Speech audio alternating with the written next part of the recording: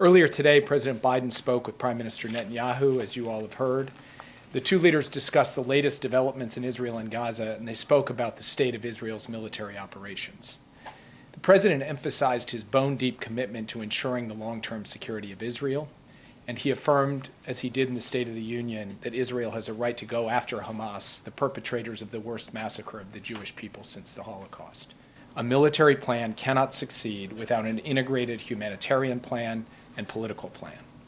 And the president has repeatedly made the point that continuing military operations need to be connected to a clear strategic endgame.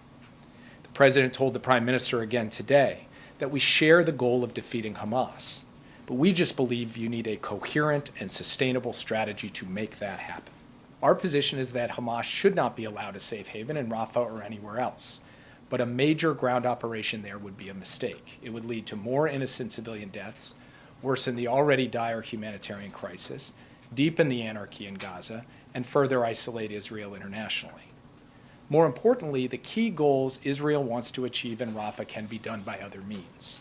On the call today, President Biden asked the Prime Minister to send a senior interagency team composed of military, intelligence, and humanitarian officials to Washington in the coming days to hear U.S. concerns about Israel's current Rafah planning and to lay out an alternative approach that would target key Hamas elements in Rafah and secure the Egypt-Gaza border without a major ground invasion. The Prime Minister agreed that he would send a team. Obviously, he has his own point of view on a Rafah operation, but he agreed that he would send a team to Washington to have this discussion and have this engagement. And we look forward to those discussions. So, from the President's perspective, we've arrived at a point where each side has been making clear to the other its perspective, its view, and now we really need to get down to brass tacks and have the chance for a delegation from each side on an integrated basis, everyone sitting around the same table, talking through the way forward. And from the U.S. perspective, this is not a question of defeating Hamas. And anytime I hear an argument that says, if you don't smash into Rafah, you can't defeat Hamas, I say that is a straw man.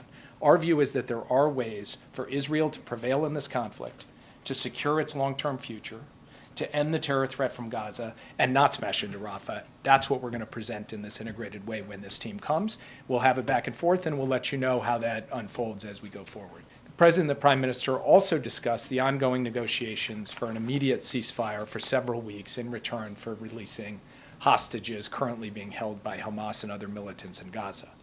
We would look to build on that ceasefire into something more enduring and use the space created by a cessation of hostilities to surge humanitarian assistance at a vital moment.